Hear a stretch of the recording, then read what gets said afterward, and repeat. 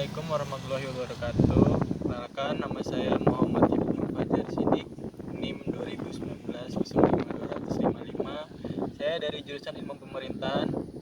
Saya dari kelas F. Saya di sini akan mempresentasikan tentang makalah motivasi dan orientasi guru sebagai pendidik. Jadi menjadi guru berarti memiliki dua identitas pada waktu yang sama, artinya pada profesional dan pendidik. Namun kedua status ini tidak hanya didasarkan pada kapabilitas metode aktif. Hal ini dikarenakan adanya ekspektasi sosial, yaitu cita-cita sosial. Oleh karena itu, guru profesional tidak hanya harus mendapatkan pekerjaan dan penghasilan yang layak, tetapi memiliki panggilan dan kesadaran humanis. Meskipun berbagai departemen pendidikan telah melakukan banyak pelatihan untuk meningkatkan profesionalitas guru, proses tersebut tidak terlalu berarti. Hal ini disebabkan cara berpikir guru yang materialistis.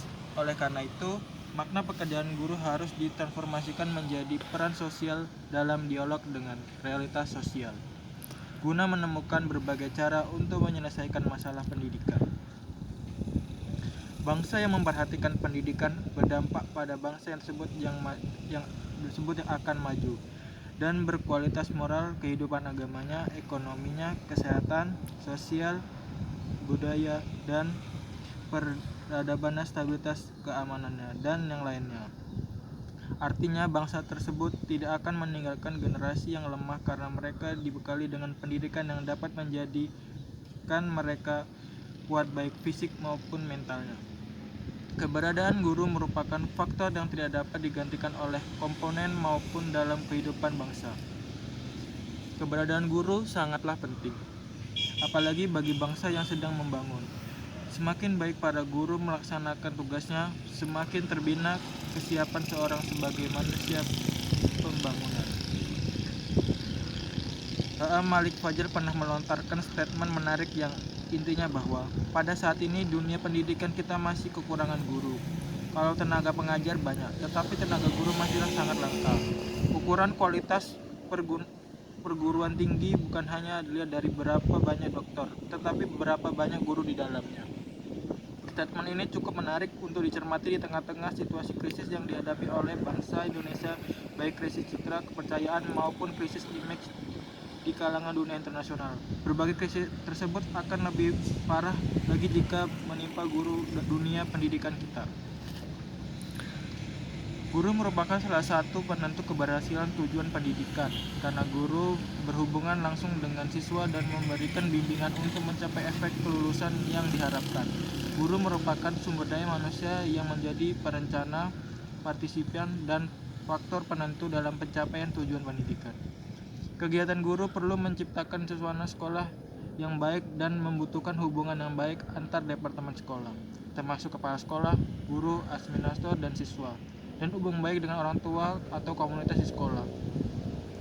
Proses pendidikan merupakan suatu sistem yang terdiri dari masukan, proses, dan keluaran. Input adalah siswa yang ingin melaksanakan aktivitas belajar, proses adalah aktivitas mengajar, dan output adalah hasil dalam proses. Berawal dari penyelenggaraan proses pendidikan diharapkan mampu menghasilkan sumber daya manusia yang berkualitas dan berdaya saing tinggi dan menghadapi persaingan yang ada di era global.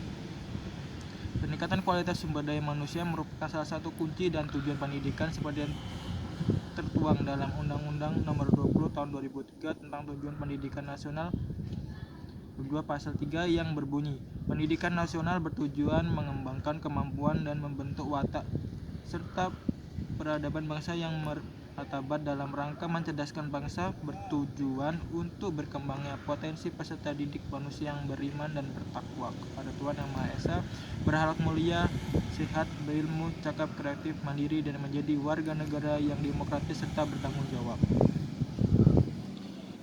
Berdasarkan undang-undang pendidikan tersebut, harusnya tetap menjadi prioritas dan menjadi orientasi untuk diusahakan perwujudan sarana prasarana, terutama untuk sekolah. Salah satu tugas pokok sekolah adalah menyiapkan siswa agar dapat mencapai perkembangan secara optimal. Seorang yang memiliki skill yang dapat dikatakan sebagai seorang pemimpin seperti mengetahui cara yang benar dalam melakukan sesuatu, yang mengetahui hasil mana yang baik, dan kapan cara yang tepat untuk mencapai tujuan. Penanggung jawab harus mampu meyakinkan kelompok bahwa metode, hasil, dan waktunya yang tepat. Di lembaga pendidikan, prestasi akademik merupakan indikator yang penting dari keberhasilan proses pengajaran. Namun tidak dapat dipungkiri bahwa selain proses pembelajaran itu sendiri, tingkat prestasi belajar siswa yang dipengaruhi oleh banyak faktor lainnya. Kinerja guru dalam mengajar tidak banyak dipengaruhi oleh motivasi, tetapi juga oleh disiplin. Motivasi adalah suatu untuk mendorong seorang melakukan sesuatu atau memotivasi objek untuk melakukan tindakan untuk suatu tujuan.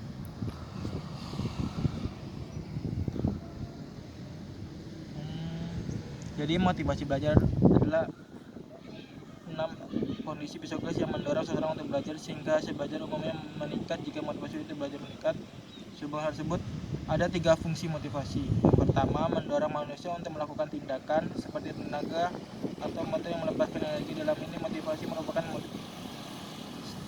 untuk setiap kegiatan yang dilakukan. Yang kedua, tentukan arah tindakan, yaitu bergabung menuju tujuan yang ingin dicapai. Yang ketiga, dengan mengesampingkan tindakan yang tidak berguna untuk tujuan. Pilih tindakan yang berarti menentukan tindakan mana yang harus dijalankan secara harmonis untuk mencapai tujuan. Siswa yang berharap lulus ujian akan mengikuti kegiatan pembelajaran dan tidak akan menghabiskan waktu bermain kartu atau membaca kartu karena tidak sesuai dengan tujuan. Kinerja adalah tingkat keberhasilan seseorang atau sekelompok orang dalam menjalankan tugas dan tanggung jawabnya, serta kemampuan untuk mencapai tujuan dan standar yang telah ditetapkan sebelumnya. Solusioni 2001. Pada saat yang sama, para ahli lainnya percaya bahwa kinerja adalah hasil dari fungsi atau aktivitas pekerja tertentu, termasuk 3 aspek: memperjelas hasil yang diharapkan dan dari pekerjaan atau fungsi, menentukan waktu yang dibutuhkan untuk menyelesaikan pekerjaan agar hasil yang diharapkan dapat dicapai. Penelitian ini menjadi penting karena masih ada guru yang bekerja berdampingan di luar sekolah. Ada guru yang belum mengikuti pelatihan untuk meningkatkan kemampuan dan keterampilannya, dan ada pula guru yang telat dan tidak ikut mengajar tanpa izin guru yang mengajar tidak mempersiapkan. Persiapan mengajar tapi belum lengkap. Fenomena ini di atas dapat disebabkan oleh berbagai macam faktor. Namun penulisnya yang mendapat motivasi berdasarkan teori Marshall. Kinerja guru mengacu pada kinerja guru dalam menjalankan tugasnya sebagai pendidik. Kualitas kinerja guru akan sangat menentukan kualitas hasil pendidikan, karena guru merupakan kelompok yang paling banyak dihubungi langsung oleh lembaga pendidikan sekolah dengan siswa dalam proses pendidikan pembelajaran. Guru sebagai pendidik adalah pemimpin pendidikan. Mereka berperan sangat menentukan dalam proses pembelajaran di kelas. Karena kepemimpinan tersebut akan tercermin bagaimana guru melaksanakan peran dan tanggung jawabnya, yang artinya kinerja guru adalah kualitas pembelajaran atau pendidikan, faktor yang sangat menentukan yang akan berdampak pada kualitas hasil pendidikan setelah lulus. Guru merupakan faktor penentu kualitas pendidikan karena dalam proses guru yang merupakan pendidik tidak hanya mengetahui materi yang diajarkan, namun ia harus memiliki kepribadian yang kuat agar dapat menjadi panutan bagi siswa. Hal ini penting karena sebagai seorang pendidik, guru tidak hanya akan menjadi siswa beberapa hal, guru juga harus melatih keterampilan, sikap, dan psikologi siswa. Mengembangkan keterampilan, sikap, dan pikiran hanya diketahui dengan baik, tetapi juga harus dikuasai dan dipraktikkan oleh siswa dalam kehidupan sehari-hari. Sejak Undang-Undang Nomor 14 diundangkan pada tahun 2005, terdapat peningkatan jumlah undang-undang yang tentang guru dan dosen. Guru tidak hanya berstatus pendidik, tetapi juga memiliki status profesional yang lebih tinggi.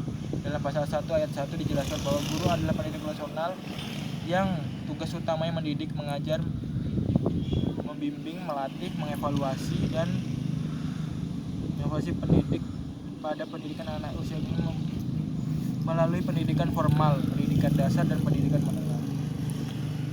Penambahan status sebagai profesi semoga bukan penggantian istilah pendidik. Jelas Warsa mendatangkan dampak ekonomi sebab profesi adalah pekerjaan yang dilaksanakan sebagai kegiatan utama mencari nafkah dan bertemu pada keahlian. Oleh karena itu, guru yang berprofesional akan memperoleh penghasilan yang lebih besar dibandingkan guru non-profesional. Seiring dengan tumbuhnya manfaat ekonomi dan menjadi profesi guru, keinginan masyarakat untuk menjadi seorang guru nampaknya juga tumbuh. Bahkan para guru yang ada juga lebih antusias mengajar dengan profesi guru, meski tidak dibarengi dengan peningkatan tanggung jawab profesional dan segi kualitas. Dalam pembincangan sederhana, beberapa rekan yang ahli di bidang penelitian profesional guru seperti Ismet Basuki, Kusmingsi, dan yang ahli bidang penelitian profesional guru mengatakan bahwa tidak ada perbedaan kinerja yang signifikan antara guru yang sudah mendapat tunjangan profesi dan guru yang belum. Padahal guru yang mendapat tunjangan profesi tidak akan meningkatkan kinerja profesionalnya. Semangat mengajar tujuan profesional guru diyakini menjadi profesional di balik meningkatnya minat tenaga kependidikan untuk masuk ke lembaga pendidikan produktif. Status profesional sejati guru menurut siswa untuk berperan sebagai penentu firman, motivator, cendekiawan, dan hikmat. Perilaku dan perkataan akan mencerminkan perilaku siswa. Jika guru sendiri melakukan perilaku yang salah, maka akan sulit bagi guru untuk menyuruh siswa berbuat baik. Misalnya, jika seorang guru suka kecabulan, guru merasa sulit melarang siswa untuk merokok jika mereka sendiri merokok. Namun guru akan menjadi tokoh sentral dalam perilaku siswa. Memang ada paradoks antara kebaikan dan kejahatan. Meskipun Anda tidak perlu memberikan perilaku buruk, itu mudah dilakukan, tetapi bahkan untuk memberi contoh itu tidak harus bagus. Dalam hal menjadi sumber ilmu memberikan inspirasi kepada siswa, guru juga harus mampu menjadi ilmuwan dan intelektual. Bagi yang belum tahu, guru adalah tempat bertanya. Bagi mereka yang tidak tahu, itu adalah obor, meskipun dia tidak harus menunjukkan bahwa dia hebat. Untuk berpikir bahwa gurunya adalah orang yang tepat. Sikap ilmuwan dan cendekiawan adalah menghormati perbedaan pendapat dan menegakkan kebenaran atau dasar fakta logika yang masuk akal. Dalam peribahasa Jawa, guru sudah dijadikan ilmuwan, cendekiawan artinya guru ditambang dan ditiru. Digugu artinya guru memiliki pengetahuan yang luas sehingga dapat menjadi sumber informasi. Tanggung jawab guru mencakup 3 aspek utama. Pendidik guru dan pelatih adalah profesional yang penting mengubah siswa sepenuhnya. Siswa yang hanya akan memiliki IQ dan perilaku intelektual yang tinggi, tetapi juga berperilaku dan berakhlak mulia, akan menjadi pelopor dan dinamika sosial tumbuh ke ambang siswa. Guru memiliki persyaratan tertentu untuk menjadi fungsional, membatasi semua tindakan dan langkah yang mereka lakukan. Formulir yang dibutuhkan adalah status pendidikan yang sesuai, pengetahuan yang mendalam, dan keahlian serta keterampilan untuk belajar. Selain itu, guru harus memiliki sikap tertentu dan meminta agar berbeda dengan orang lain. Misalnya, kegiatan mengajar harus berdedikasi, jujur, dan memiliki hubungan yang baik dengan teman sebaya dan masyarakat sekitar. Hal-hal ini diperlukan untuk para guru. Dalam dirinya, ia memiliki tanggung jawab untuk bertumbuh, artinya di tangan guru peserta dihadapkan pada siswa yang berprestasi, maju profesional, dan berdaya saing. Tujuan utama guru adalah mengajar dan belajar. Mengajar mengacu pada proses penyampaian informasi atau pengetahuan dari guru kepada siswa. Tugas sebagai guru memiliki kewajiban untuk membantu siswa mempelajari yang tidak diketahui. Guru harus mampu menjadi orang tua kedua yang memenuhi tugas orang tua kandungnya atau wali siswa untuk jangka waktu tertentu. Oleh karena itu, diperlukan pemahaman tentang jiwa dan karakter siswa agar dapat dengan mudah memahami jiwa dan karakter siswa tersebut. Setelah orang tua siswa dalam keluarga ini adalah tugas orang tua kedua guru. Tanggung jawab dapat dijabarkan ke dalam kompetensi yang lebih khusus berikut. Yang pertama, tanggung jawab moral, bahwa setiap guru harus mampu menghayati perilaku dan etika yang sesuai dengan moral Pancasila dan mengamalkannya dengan pergaulan sehari-hari. Kedua, tanggung jawab dan pendidikan sekolah, bahwa setiap guru harus menguasai cara belajar mengajar yang efektif, mampu mengembangkan kurikulum, silabus, dan rencana pelaksanaan pembelajaran, melaksanakan pembelajaran yang efektif, menjadi model bagi peserta didik, memberikan nasihat, melaksanakan evaluasi hasil belajar, dan mengembangkan peserta didik. Yang ketiga, tanggung jawab dalam bidang kemasyarakatan, bahwa setiap guru harus turut serta mensukseskan pembangunan yang harus kompeten dalam membimbing, mengabdi, dan melayani masyarakat. Tanggung jawab dalam bidang keilmuan, bahwa setiap guru harus turut serta memajukan ilmu terutama yang menjadi spesifikasinya dengan melaksanakan penelitian dan pengembangan. Guru sebagai pendidik dan pengajar merupakan tugas dan tanggung jawab yang dapat dilaksanakan apabila guru memiliki syarat kepribadian penguasaan ilmu. Guru akan memiliki mendidik dan mengajar apabila guru mempunyai kestabilan emosi. Baik, saya akhiri. Wassalamualaikum warahmatullahi wabarakatuh.